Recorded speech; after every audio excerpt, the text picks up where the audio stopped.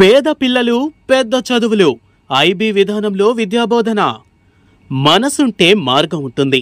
పేదలకు మంచి చేయాలన్న తలంపు పాలకుడికి ఉంటే ఖచ్చితంగా వారికి మేలు చేకూరుతుంది. దీనికోసం ఆ పాలకుడు ఎంత కష్టమైనా ప్రయత్నం చేస్తాడు. ఆంధ్రాలో అదే ఇప్పుడు జరుగుతోంది. ఇన్నాళ్ళు కేవలం బాగా డబ్బున్న వాళ్లకు మాత్రమే అందుబాటులో ఉండే ఖరీదైన విద్య ఇప్పుడు పేదలకు అందించేందుకు చర్యలు మొదలయ్యాయి.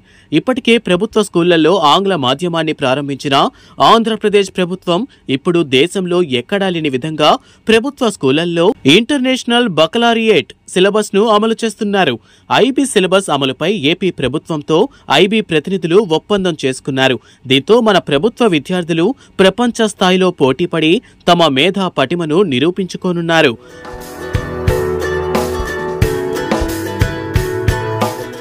రెండు 2024-25 విద్యా సంవత్సరంలో ఐబీ బోధనపై ఉపాధ్యాయులకు శిక్షణ ఇస్తారు. టీచర్లతో పాటు మండల, జిల్లా విద్యాధికారులు, ఎస్సీఈఆర్టీ, డైట్ సిబ్బంది, ఎస్ఎస్సి, ఇంటర్మీడియట్ బోర్డు సిబ్బందికి ఐబీపై అవగాహన, సామర్థ్యం పెంచేలా శిక్షణనిస్తారు. 2025 జూన్ నుంచి 1వ తరగతిలో ఐబీ సిలబస్ బోధన ప్రారంభమవుతుంది. ఏటా ఒక్కో తరగతికి ఈ సిలబస్ను పెంచుతూ 2035 నాటికి 10వ తరగతి, 2037కు 12వ తరగతిలో అమలు చేస్తారు.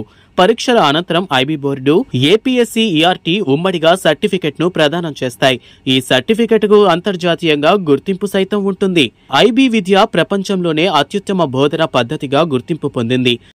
బట్టి చదువులకు స్వస్తి చెబుతూ థియరీతో పాటు ప్రాక్టికల్ అప్లికేషన్ పద్ధతిలో బోధన సాగుతుంది. విద్యార్థుల్లో నాయకత్వ లక్షణాలను పెంపొందిస్తుంది. ప్రస్తుత భావితరాల అవసరాలకు అనుగుణంగా సిలబస్, బోధన, మూల్యాంకనం ఉంటుంది.